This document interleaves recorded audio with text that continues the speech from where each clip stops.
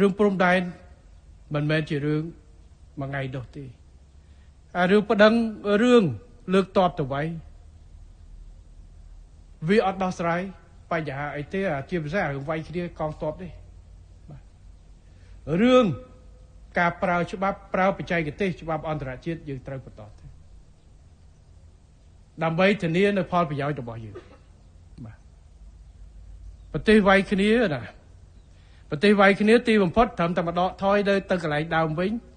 ក្រោយពីស្លាប់អស់មកគុកដកថយរក្សាដោយមុនបង្កើតបញ្ហាហើយរឿងខាងថៃអ្នកនយោបាយថៃថាអានេះបោះគេអានេះបោះគេនិយាយតែខ្លួនឯងទៅអត់មានតតទស្សគាត់ថ្ងៃមុនអ្នកនយោបាយថៃស្រែកថាតាមន់ធំអីបោះគេនាំគ្នាមកចង់មកលើកទង់ជ័យលើកអីស្រែកតែបោះគេទីបំផុតតាហ៊ានថៃទប់មិនឲ្យមកបើសិនជាអានឹងប្រកាសជាមិនមានបញ្ហាគេឲ្យចូលបោះឥឡូវដោះស្រាយទៅសម្រាប់យើងត្រៀមលក្ខណៈឲ្យយើងនឹងបន្តជំរុញទៅទៀតខាងការពារជាតិកងកម្លាំងប្រដាប់យុទ្ធគេយើងត្រៀមផ្លូវច្បាប់ផ្លូវបច្ចេកទេសគេយើងធ្វើការហើយនេះហើយគឺជាអ្វីដែលយើងធ្វើវិធីសាស្ត្រមានដោះស្រាយច្រើនខុសគ្នារដ្ឋាភិបាលនីមួយៗមានគោលនយោបាយនិងវិធីសាស្ត្រដោះស្រាយដូចគ្នាខុសគ្នាគោលដៅតែមួយឯងការពារទឹកដីរបស់យើងអ្នកខ្លះប្រើវិធីក្តៅអ្នកខ្លះប្រើវិធីត្រជាក់អ្នកខ្លះប្រើវិធីទាំងក្តៅទាំងត្រជាក់ជាការចរចាអ្នកខ្លះបខំឆេះអ្នកខ្លះត្រូវការវាខុសគ្នាទាំងអស់កន្លែងណាត្រូវការធ្វើអីម៉ាឡេស៊ីហើយថៃហ្នឹងក៏ដោះស្រាយព្រំដែនតនអស់នៅត្រួតទីគ្នាតំបន់ទឹកដើម្បីច្រើននៅសមុទ្រចិនខាងត្បូងមើលប្រទេសប្រមាណដែលមានបញ្ហាជាមួយខាងចិនមាន4ប្រទេសក្នុងនោះ3ប្រទេសគឺគេយកវិធីត្រជាក់ឲ្យគណៈកម្មការបច្ចេកទេសនៅពេលដែលគេធ្វើការរកស៊ីអីជាមួយគ្នានៅក្នុងតំបន់នោះសួរថាទេបានបោះឲ្យព្រំដែនទៅប្រទេសណាអត់ទេគេរកវិធីប្រទេសមួយមានបញ្ហាប្រើវិធីក្តៅជុលគ្នារឿងវិធីខុសគ្នាហើយប្រទេសខ្លះរដ្ឋាភិបាលមួយក៏រកវិធីក្តៅរដ្ឋាភិបាលមួយវិធីត្រជាក់ដោះស្រាយទៅរឿងតែប៉ុណ្្នឹងប៉ុន្តែសួរថារដ្ឋាភិបាលទាំងអស់ក្បត់ជាតិទេអត់ទេរាជរដ្ឋាភិបាលកម្ពុជាក៏ដូចគ្នា